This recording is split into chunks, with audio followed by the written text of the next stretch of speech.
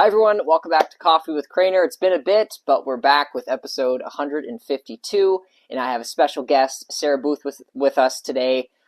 She lives and works in the Windsor-Essex area in California, across Canada and the U.S., but she's actually from Ormstown, Quebec. Yes, Ormstown, tiny little cow town. Yes, and she met her significant other, Gavin Michael Booth, who many in the Windsor-Essex area know about as well. Local filmmaker. You met in the film industry. We did. We actually met at a mixer at TIFF. We both individually snuck into the party in our own sneaky ways, and then ended up meeting, the love of your life. It's a pretty good risk, I think, to take. Yeah. Yes. Yeah. So, and then we just started, creating together and all that fun stuff. That's awesome. Well, it's great when you both love what you do and you're working together. Yeah. And can work together when you're... And can work together. Yes. That's always the scary thing. You get married and then you're like, wait, can we do this? Yeah. So we actually made a short film before we made a feature film because we wanted to make sure that we could work together, and we'd rather be married than, make movies together. Yes. I don't blame you. And now, Sarah's been involved with a number of cool projects. Was the face of the President's Choice 2021 campaign. Also, a number of film and television series, Three Pines, Heartland, Law and Order, Special Victims Unit, Star Trek, Plan B, Murdoch Mysteries, Scarehouse, and many, many more. But today we're going to be talking about her career in film and acting, how it all started. So, Can you walk us through that? Yeah. How did this exciting career take place? Well, like a lot of, people that grow up in small towns, you're not really ever exposed to the arts as much as you are maybe, in a major city. So I never really thought acting would be an option for me. I love dancing. I grew up dancing in the local ballet school, and I always loved being on stage. But when I guess about 15 or 16, they started an arts program in our high school. And that just kind of started like the rabbit hole of like, can I do this? Yes. Oh, there's a college program. Okay, like people do this. Actors are real people. I just never thought of it in that way. So I did this play in high school and I just fell in love. Found out there was a wonderful theater school in Montreal near us, and I auditioned, got in, and just kind of kept on going. Worked from there. Yeah, it wasn't something that I planned, but as soon as I tasted it, I was like hooked. This is for you. This is my world, for sure. Was there anyone that exposed you to the industry? Somebody, like a mentor, somebody you followed that brought you into it? Well, the person or the people that exposed me to the industry the most, I would say, were my high school teachers. Really? Okay. Yeah, because once I did, express an interest in the industry, they were awesome at supporting me, helping me with my audition into theater school. And then obviously once I got into theater school, it was all the actors around me. I had never been around so many actors and, quote unquote, all the weirdos. We just had so much fun. And it just like opened up this side of me that I didn't know about. And after that, I was lucky enough that there was quite a few actresses in my year and a few years above and below that stayed really close. And we really helped navigate each other through the industry. So it wasn't necessarily someone that had already been through it, but I had a really good support system that helped each other through it at the same time. Yeah. And what was the education like? Not many people that I know have been to. Is it acting school? Is that? It's a professional theater school. Yeah. So what is that like? It was intense. It's normally when you're in university or college, you have a few classes here, you have some time off, a few classes there. And obviously some programs are very intense and you have a lot of work to do at home, but our program requires so much rehearsal. And so, once you're done your day at school, then you're at the theater until 11 p.m. and then you're back at school at 8 a.m. So the biggest thing they told us when we started theater school was try not to get a second job. Try to just borrow money for these next 3 years so you can really be 100% involved. Yes. And we were lucky. Our program, not only did we learn how to act, but we learned how to, because it was theater, we learned how to put up a show, light a show, costumes, front of house, because we ended up crewing the year, like the third year shows. So it was such a great education, because, obviously when you walk out of theater school, you think, here I am, world. Yes. And then it's like crickets. So at least you know how to put on your own show. And for you, what was your first show? I did a show. Oh my gosh, I did a few actually. The very first one right out of school was a fringe show. Okay. Which was called Dances Through the Ages. And it's actually a project that we did in theater school where we dance from the 1920s to whatever present day it is. And you go through all the styles of dance in like historical events. So it's about an hour-long show. And we ended up doing that for Fringe, and it was such a hit, and we had so much fun. And I ended up getting my agent that way. Wow. Yeah. Okay. Yeah. And how did that happen? So did your agent, were they just watching the show and they're like? I had actually annoyed this person for about a year. Okay. Because obviously the first thing you want to get out of theater school is an agent so you can have, at least the opportunity to audition for projects. So I had bugged her a few times. She came to see shows that I was in theater school, but it was hard for her to take me on because, in some of the shows you're playing like an old lady, you're just like filling in all the roles of the show. And she's like, it's just kind of hard to see what you're going to be. And then I invited her to this show and she said, okay, I'll come. And I ended up playing probably like 20 different characters in this show because we're going through all these historical events and things. And I think about half an hour after the show ended, I got an email from her being like, yeah, I'll take you. And I was like, yes. Why do you think she was interested? I think because she got to see a lot of different sides to me in the show. And I feel like I do, like the core, I tend to play very dramatic, hardcore roles. Yes. But me at the core, I'm actually very goofy, and I think she saw that side to me. Okay. And I think it really drew her in to have both. Is that your preferred role, as something that is hardcore? Or do you prefer the comedy side? I would say I feel more comfortable in the dramatic side. Mm-hmm, For me, it comes easier. I can have fun with drama. Comedy, I love, but it's hard. And you get immediate feedback. Yes. So I have to say, more difficult to be humorous than. Yeah, I think I prefer doing comedy because at the end of the day, you just feel so much lighter and. Overall, generally, drama can really take it out of you.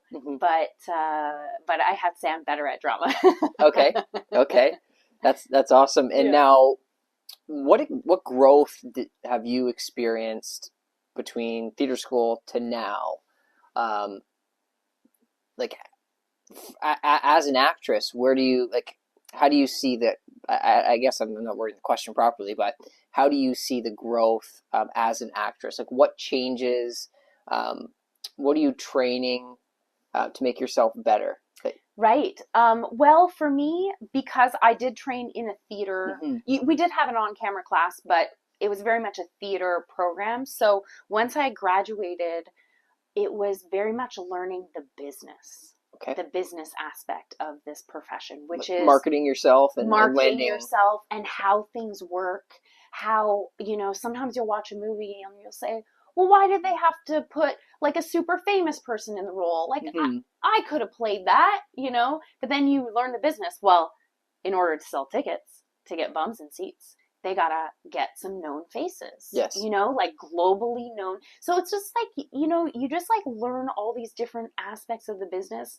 And I feel like it actually is better for your mental health because you understand why certain choices are made in a professional business sense versus taking everything like, oh, I wasn't good enough. No, it's not that you weren't good enough. It's just that casting a film is about essence.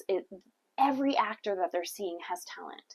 It just depends which one's right for it. So I feel like if you educate yourself in that way, it kind of takes a lot of pressure off of you. Or, sometimes opening that curtain puts pressure on people in a different way. But I feel like when I put myself behind the camera, it really opened up my eyes to a lot of things that I have zero control over. Yes. Yeah. Yes. And I imagine that's tough for aspiring actors and actresses to deal with. It's really hard because when you're in theater school, you live in this kind of bubble where there's like, you're about 20 actors and you're, oh, she's probably get that role, she'll probably get that role. But then you go out into the world and there are hundreds of thousands of actors and you don't know who's auditioning for all these roles. So you just got to do your best, have fun, and literally forget about it. What makes an actor or actress great, in your opinion? I think an actor or an actress who is considered great, I mean, has the talent, but also leaves their ego at the door. I think, making film is a huge, huge collaborative process. And I feel like if you come into a film set or a theater show and you think you're better than everyone, your ideas, your hierarchy brings you somewhere where, it's just, I feel like I have worked with super talented actors, but the ones that are great are the ones that like sit down, they're like, okay, what do you want to do in this scene? Like what, like let's talk, let's have ideas, let's collaborate, let's make this the best it can be. Not just like a big actor walking into a scene being like, well, you're just here for the day, so you're going to do what I want you to do, and there is some of that. Yes. but I've been, honestly, I have been lucky. 99.9% of my experiences on set have been fantastic. Yeah. That's good to hear. And you're totally right. You could see a big name walking in the room and thinking everybody should part, the water should part and they should be able to walk right through. Yeah. But it just, once you're comfortable, like, for example, I did an episode of Law and Order. Yes. When I got to that set, I like, just to audition for that show, I'd watched it, when I was in high school, and I was just like, oh my gosh, I can't even believe I'm auditioning for the show. Then when I got it, I was like, oh my gosh, I can't believe I'm on this show. So when I got there, I'm obviously nervous, I'm intimidated, all these things. But Mariska Hargitay, who's Olivia Benson on the show, she sat me down and she was like, just to let you know, we do the same thing every week. We solve crimes. Our guest stars are our show. So I want you to feel comfortable. I want you to try things. Let's try, and she just like, we had that conversation and immediately so much of my anxiety was like gone. And I just felt like, let's play versus like, oh, like scared to do anything. So it makes a show better. Yes. It does. When the lead, actors are willing to accept somebody new, right? 100%. Now tell us, if somebody's looking to enter the film industry, what advice would you share with that individual? Well, definitely make sure you love it first, because it's definitely a career that you have to be 100% in love with. Or if you have like another passion in life, have it as your like side passion. But advice-wise is just, once again, if you're local, please reach out to someone like me or Gavin or Ken. There's so many local filmmakers in this city, and ask them advice, ask them real questions that you have, because chances are we've been through some kind of scenario that you're questioning, and reach out to these local filmmakers and actors and make your own stuff. Like, I think that's where it really starts. It starts with creating your own projects, creating characters, putting things together, understanding what it takes to make these awesome projects that you go see. Because I have a lot of friends that'll, watch a movie and be like, oh, wow, they must have made that like in a week. And you're like, oh, no, like months. So just like kind of getting the general idea of what your life would be like if you're in this industry. So like, please reach out to us and make stuff with us. Does it cost a lot to start as in acting? I wouldn't say no, because you don't necessarily need training. If you want to, that's fine. But you can also just, start auditioning for things. But I would say does it cost to audition? It doesn't. Okay. No, it's free to audition. And the biggest thing I would say financially is headshots when you first start. Okay. But again, you know, we have some amazing local photographers here that you Yes. can reach out to. And other than that, it's really, no, it doesn't cost that much money. You can invest a lot of money into it with coaching and photo shoots and all this stuff, but it's definitely something that you can start out without. And you would advise having some sort of coach if you're looking to jump into it? I think, I don't know. That's a really hard one because some actors are just naturally They're gifted. incredibly talented. And you're like, you're fine, you know, like you just got it. But other actors, like I needed coaching when I first started.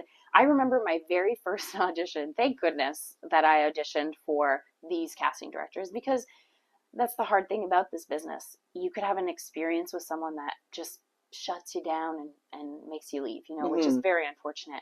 But my first audition, because I came out of theater school, I was used to doing things for rooms of thousands of people. So my, I guess, expressions and my way of speaking was just way too big for the camera. Okay. So the casting director at the time said, Sarah, you're great, but go take some on-camera classes. It will help you so much. And it really did. So again, just like having people that you trust in your life to give you like that constructive feedback is so important. And how does one get involved with local projects? Is it something they're just browsing online? Like, how did you start to get involved locally? Locally, I was in Montreal at the time, so I did Kijiji. Okay. Which was like the big thing at the time, Kijiji or Craigslist, I think.